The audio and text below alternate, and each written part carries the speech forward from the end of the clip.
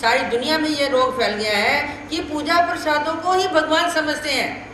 ये भगवान नहीं है, ये साधन है। जिनको याद करने से, जिनको नमस्कार करने से, जिनकी पवित्रता के संबंध से हमारे में कुछ तो भी शांति सुख, हमारे रजतम झड़ते हैं, दोष झड़ते हैं, ये साधन है, ईश्वर अवतार नहीं है। मनुष्य रूप से है ईश्वर अवतार। मैं बार बार कहूंगी, आप ध्यान दें, ये साधन है। तो प्रसादों की महिमा कैसी है? हमारे शास्त्र में एक विरह की औरत का दृष्टांत है कि उसका पति परदेश में जाता है, वो अपने पति का कोट देखती है, टोपी देखती है और उसकी किताबें देखती है, उसका पेन देखती है या कोई चीज़ देखती है, तो वो तड़फती है, रोती है, कहती है ये उसकी चीज़ें हैं, वो तो नहीं है, वो नहीं है, मुझे वो चाहिए। इसी तरह हमने स्थान नमस्कार करते वक्त दुख करने की, महाराज ये तेरा स्थान तो पवित्र है, अति दुर्लभ है, मेरे जीवन में ये भी अहोभाग्य की बात है कि मैं महाराष्ट्र में जाकर तीर्थस्थान करके आई, लेकिन वहाँ पर आप नहीं मिले। इसी तरह ही हमने पूजा प्रसाद करते वक्त भी यह विशेष जिस गुरु ने दिया है, जैसा भी दिया है, उनसे उसकी विशेष की महिमा पूछो, लीला पूछो, किस अवतार का है, उस तरह ही उसको नमस्कार करके, उसमें भी कृपा और माया शक्ति का संबंध है, उसमें प्रसन्नता भी है। उसके बाद गुरुजनों ने जो अपने हृदय से आपका चिंतन करते हुए आपका धर्म सिद्धि जाने के लिए जो प्रसन्न होकर विशेष दिया होगा, वो आपका महाप्रसाद है, वो आपके लिए महाप्रसाद है। अगर वो नमस्कार करते वक्त तुम्हें फायदे क्या है? प्रसाद सेवा करने से, प्रसाद सेवा मतलब पूजा प्रसाद नमस्कार करने से आपके अंदर जो राजस तामस भाव होते हैं वो दूर हो जाते हैं। हमें छोटी छोटी अविधियाँ रोज ही हो जाती हैं, चलते फिरते कीड़ियाँ मुंगियाँ मरते हैं, झाड़ू लगाते हैं, चावल चुनते हैं, सब्जियाँ बनाते हैं, कुकर में से कितनी गर्म हवा निकलती है कि हम कपड़े धोते हैं, सोते हैं, बैठते हैं, हाथ हिलाने से आँख की पिपन भी अगर हिलती है, इतने में भी हिंसा होती है। ये सारे अविधियों को दूर करने के लिए पूजा प्रसाद। आप कभी उदास हैं, उसको दूर करने के लिए पूजा प्रसाद। अरे परमेश्वर अवतार भी उदास हो गए हैं तो वो भी प्रसाद देकर खुश हो गए। डोमेग्राम में भाई साहब भगवान को नहला रही है, नहाते नहाते भगवान एकदम उदास हो गए। भाई साहब तौलिया लेने गई है, इतने में भगवान प्रसन्न मठ में जाकर सीधे लेटे। भाई साहब कहती है भगवान कहाँ गए बाथरूम में से? जब देखा पाँव गीले गीले किधर जा रहे हैं तो देखा वो प्रसन्न मठ में गए हैं और बड़े उदास ऐसे चुप आंखें बंद करके बैठे। भाई साहब घबरा गई, बिन पानी मछली नहीं रह सकती, वैसे भक्ति ईश्वर के बिना नहीं है। तड़पने लग गई, नागदेव के पास दौड़ती गई है, नागदेव नागदेव, भगवान उदास हो गए, मैं क्या करूं? आचार्य जी भगवान के लिए फूल हार बुन रहे हैं और वो बुनते बुनते कहते हैं रिद्धपुर से श्री गोविंद प्रभु का जो प्रसाद आया है वो प्रसाद वस्त्र लाओ। अब इतना बड़ा महान ईश्वर अवतार वो उदास हो गया, आगे सामने जाए भी तो कैसे हिम्मत नहीं हो रही। आचार्य जी ने वो वस्त्र खोला और खुद उसके पीछे छुप गए और भगवान को प्रार्थना करके कहते हैं महाराज श्री गोविंद प्रभु जी ने ये वस्त्र भेजा है, आप स्वीकार करें। महाराज ने फटाफट आंखें खोल ली, वस्त्र को स्वीकार करने लगे तो पैसा कहती है महाराज ये वस्त्र है ना गंदा हो जाएगा, गीला हो जाएगा, तो मैं पहले ना आपकी श्री मूर्ति को पोंछ लेती हूँ। इतने में बाईसा ने फटाफट कपड़े से भगवान को पानी पहुँच दिया, ओटे से जो कोई मिट्टी लगी होगी वो पहुँच दी। भगवान ने वो स्वीकार किया और ऊपर लिया जब तो आचार्य जी को पूछते हैं तुझे कैसे ये स्फूर्ति हुई कि हमारे को वस्त्र प्रसाद दिखाने से तेरी हमारी उदासीनता दूर हो जाएगी? कहता है महाराज आपके श्री चरणों की कृपा प्रसाद से। महाराज कहते हैं ऐसा नहीं, आप विधि कर रहे थे, विधि करने से अविधि दूर होती है, ये है विधि। विधि पूर्वक अगर आप विधि का आचरण करते हैं तो परमेश्वर प्रसन्न हो जाते हैं, अगर अविधि पूर्वक करते हैं तो भगवान नाराज हो जाते हैं। ऐसे ये प्रसाद श्री गोविंद प्रभु के यहाँ से माँ दईसा ने लड्डू बनाए, भगवान के पास लेके आई, भगवान ने भी खाया, थोड़ा सा तो कहा इसमें गुड़ कम है इसमें ज़्यादा है। कहती है महाराज श्री गोविंद प्रभु भी ऐसे ही कह रहे थे, वो भी प्रसाद है। तो भगवान ने हाथ में लेते ही नतमस्तक, वही गोपिका को 6 महीने लगे उद्धव देव जी को समझाने में। उद्धव देव जी परेशान हो रहे हैं कि मेरे से तो अच्छी ये गोपिका है जो भगवान के वियोग में रो रही है। 6 महीने हो गए हैं मुझे समझाते समझाते, लेकिन ये समझ नहीं रही। यही दुर्लभ है, उनके पैरों की मिट्टी प्रसाद समझ के माथे पर लगाकर और पोटली बनाकर अपनी छाती के साथ रख कर रथ में वापस जब आते हैं तो भगवान 6 महीने उद्धव देव जी के बिना भोजन नहीं करते, पान नहीं खाते, श्रृंगार नहीं करते, स्नान नहीं करते। तो आकर जब देखते हैं उद्धव जी तो बड़े बदल गए हैं, क्योंकि उन्हें भी गर्व हो गया था।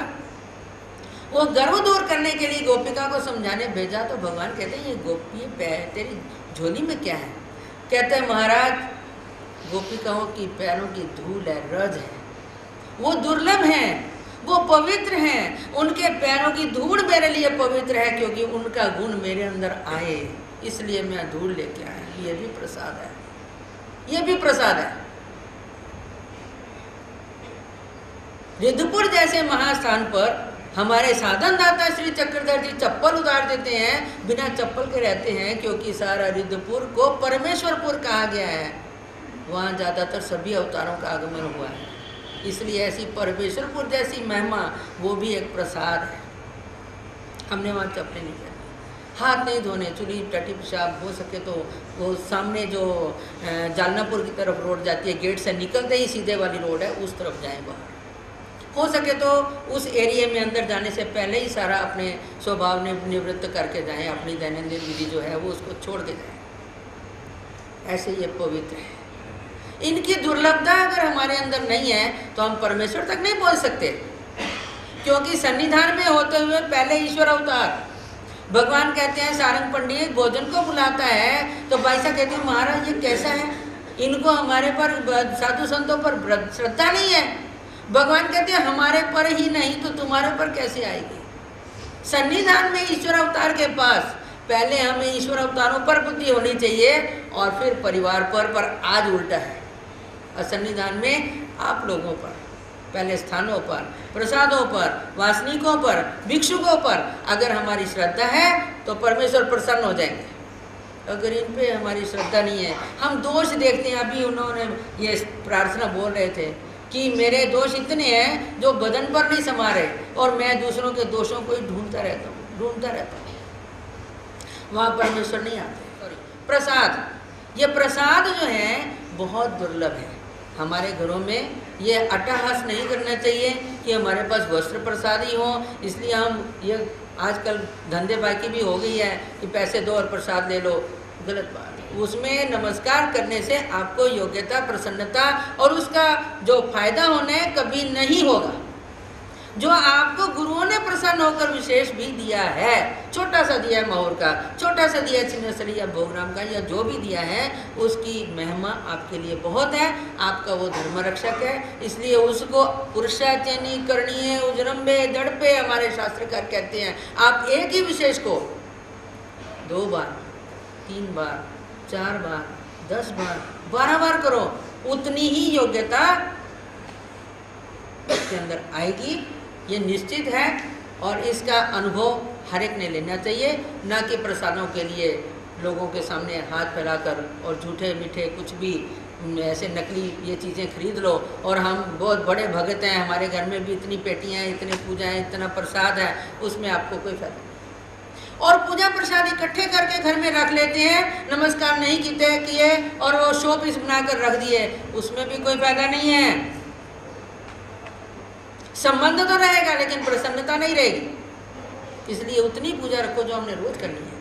कम से कम हफ्ते में 1-2 बार पेटी खोल के अदल बदल कर सकते हो, वो बात अलग है, लेकिन जितनी आपको चाहिए उतनी ही रखें, उसका संभाल करें और विधिवत उसको नमस्कार करने से आपके अंदर दोष जो हैं वो झड़ते हैं, परमेश्वर प्रसन्न होते हैं, ईश्वर की प्रसन्नता आ जाती है, उदासीनता दूर हो जाती है। आपको परमेश्वर अवतार ऐसा चाहते हैं कि इसको मेरे पास कब कब लाऊं, ऐसे ईश्वर को आपके प्रति प्रसन्नता आती है। ऐसे 6 फायदे प्रसाद सेवा में बताए हैं, वैसे अनेक फायदे हैं। इसलिए परमेश्वर की प्रसन्नता रूप दिए गए जो प्रसाद हैं उनको ही विधिवत नमस्कार करें, श्रद्धा से नमस्कार करें, अविधि पूर्वक न करें।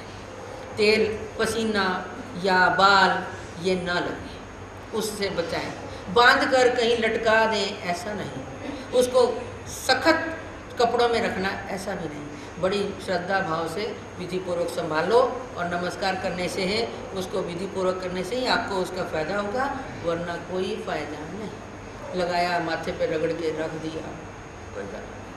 आपने आदत बनाई हुई है कि भाई मैंने पूजा करनी है, खड़े खड़े ही बस लगा दिया जी, एक विशेष एक हाथ से एक विशेष, ऐसे भी कुछ करने वाले में है, कोई फायदा नहीं, कोई फायदा नहीं। इसलिए प्रसन्नता का कार्य तभी होता है जब हम विधि पूर्वक ज्ञान पूर्वक करेंगे, तो आपका उसके साथ पूरा अटैचमेंट होगा, तो आपको पूरा फायदा होगा। तीसरा है वासनी। अब जो पहले दो साधन बताए हैं, नाम और ज्ञान, ये भी जड़ है। आगे दो साधन बताए हैं, स्थान और प्रसाद, ये भी दो जड़ हैं। लेकिन चेतन जो है, ये चेतन स्थान है। चलते फिरते तीर्थ जिनको कहा जाता है, ये भिक्षुक हैं और वासनिक हैं। वासनिक एक ऐसी चीज़ है जिसको तलमल होती है संसार से निकलने की। वासनिक एक ऐसी चीज़ है जो अनिष्ट पदार्थों में सेवन करते हुए दुखी रहता है, तड़पता है। वासनिक एक ऐसी चीज़ है कि कब मुझे मार्ग में जाने को मिलेगा, कब संन्यास लूँगा, कब भगवान का बनूंगा, कब भगवान मुझे मिलेंगे, ऐसी तड़फड़ रखने वाले को ही वासनिक कहा जाता है। नहीं तो कहीं भी छोटे से हम नाम धारक हो जाते हैं, 2-4 अक्षर पढ़ लेते हैं, तो किसी साधु को भी किसी ने कह दिया हम आपको दंडोत करते हैं, आप हमें दंडोत तो नहीं करते, हम भी तो एक साधन है, हम वासनिक हैं। वासनिक खुद को वासनिक कहेगा ही नहीं ना, क्योंकि उसकी भक्ति बहुत अपूर्व होती है। वो अपने आप को बहुत नीचा समझता है, जबकि एक साधु से भी कभी कभी एक वासनिक की पर्सनैलिटी ज़्यादा है, योग्यता ज़्यादा है। एक आधा साधु किसी कारणवश धर्म में थोड़ा सा पथभ्रष्ट होने लगता है, तो एक वासनिक के सहवास में रहकर वो उजला हो सकता है। इतनी वासनिक में दुर्लभता है, इतनी पवित्रता है इसकी, इतनी उसकी महती है। इसलिए खुद को वो वासनिक ही नहीं कहेगा ना। एक तुच्छ हूँ मैं, एक हीन हूँ, एक दास हूँ, एक परमेश्वर का मैं पैर पहुँचने वाला कपड़ा भी वो अच्छा है, लेकिन मैं उससे भी गया गुजरा हूँ, ऐसा वो खुद को रंग भाव से देखेगा। ऐसा वो वासनिक है। हर वक्त श्वास श्वास वो स्मरण करेगा, उसके अंदर अन्यथा ज्ञान नहीं आएगा, ये सच है या ये सच है, ये झूठ है या ये क्या है। उसको जो लकीर, जो पत्थर पर जैसे लकीर मिटती नहीं, ऐसा यथार्थ ज्ञान होता है, उसको वासनिक कहा जाता है। हर वक्त अपनी जबान को ताला दे के रखता है कि मेरे मुंह से कोई वाचिक गलती ना हो जाए। हर वक्त अंदर से सिसकियाँ भर के रोता है कि मेरे भगवान का कोई मुझे मिल जाए, जिसे मैं मिलकर अपने दिल के हाल सुनाऊं कि मैं यहाँ से कैसे निकलूं। ऐसा वो वासनिक होता है, ऐसी उसकी दुर्लभता है, वो तड़पता है। उस वासनिक को मिलना हमारे भगवान ने कहा है। पंचालेश्वर की तरफ आचार्य श्री नागदेव भट्ट किसी कामवश प्रयोजनवश भेजे गए, वो वापस आ गए। भगवान ने कहा तुम पंचालेश्वर गए थे? कहते जी समय नहीं था। भगवान कहते समय नहीं था या याद नहीं थी? पंचालेश्वर ये और तीर्थों जैसा तीर्थ नहीं है, ये आत्म तीर्थ, ये पवित्र है, ये जाज्वल्य तीर्थ है। इसको नमस्कार करना जरूर चाहिए था आपको। और फिर देमती जैसी ज्ञानी, जबकि वो गृहस्थ थी, देमती जैसी ज्ञानी को तुम कैसे भूल गए? बोले भगवान भी उस वासनिक ज्ञानी का महत्व जानते हैं। माधैसा आई है भगवान के पास, भगवान इंतजार कर रहे हैं। भाईसा की माधैसा कहती महाराज किसका इंतजार कर रहे हो? भगवान कहते हैं भाई ब्राह्मण कैसा निकला, ब्राह्मण कितना अच्छा है, हर बात में वो तैयार है, हर बात में वो परिपूर्ण है। उठते बैठते कुछ ना कुछ पूछता ही रहता है, इतना वो जिज्ञासु है। तुम अगर उसको देखती ना तो तुम्हें बहुत खुशी होती है, क्योंकि माधैसा भी जिज्ञासु है। भगवान ऐसे वासनिक की श्री मुख से प्रशंसा करते हैं। किसी के उठ बैठ पर भगवान कहते हैं भाई भंडारे का जैसा तो किसी को उठना बैठना भी नहीं आता। ईश्वर को भी दुर्लभ है, ईश्वर उसको दुर्लभ मानते हैं, तो हमें कैसे उसको दुर्लभ मानना चाहिए? इसलिए ऐसा कोई भक्त जो मंदिर में आने के लिए तड़पता है, ज्ञान के लिए तड़पता है, सन्यास के लिए तड़पता है, सच्ची लाइन देखने के लिए, ठीक रास्ता देखने के लिए अगर तड़पता है, तो मेरे ख्याल में हम में से अगर कोई भी उसको समय दे सकता है, ला सकता है, ले जा सकता है, तो उसकी इच्छा पूरी करने वाले को, जैसे भगवान श्री कृष्ण ने अर्जुन का रथ चलाया, उसको सही मार्ग दिखाया, वैसे उसकी पिछली जोड़ यही थी कि वो एक वासनिक को जाकर मिलता है और सही रास्ते पर किसी को लगाता है। ऐसा वासनिक तलमल करता है, वो वासनिक अति दुर्लभ है, अति पवित्र है। उसके कपड़े में से भगवान के नाम की खुशबू है, उसके अन्न में से आपके दोषों को झाड़ने की ताकत है, क्योंकि भगवान कहते हैं वो हमारे संबंधी हैं, हमारे रिश्तेदार हैं, वो हमारे हैं। आप उनके यहाँ जाओ, वो कहें वैसा करो, क्या करो, वो कहेंगे हमारा कुछ खाओ पियो, तो फिर सबका ही खाना है क्या? सभी वासनिक एक जैसे नहीं होते। एक को संसार में रहकर तो अच्छा लगता है, लेकिन जाने की तड़प भी होती है। एक को तड़प नहीं होती, लेकिन संसार से निकलने की तड़प होती है। वो कहते हैं जिसको खिलाने के बाद खुशी होती है, ना खाए अगर अगला तो दुखी होता है, उसका खाओ। खिलाते वक्त, मिलते वक्त उसको बार बार खुशी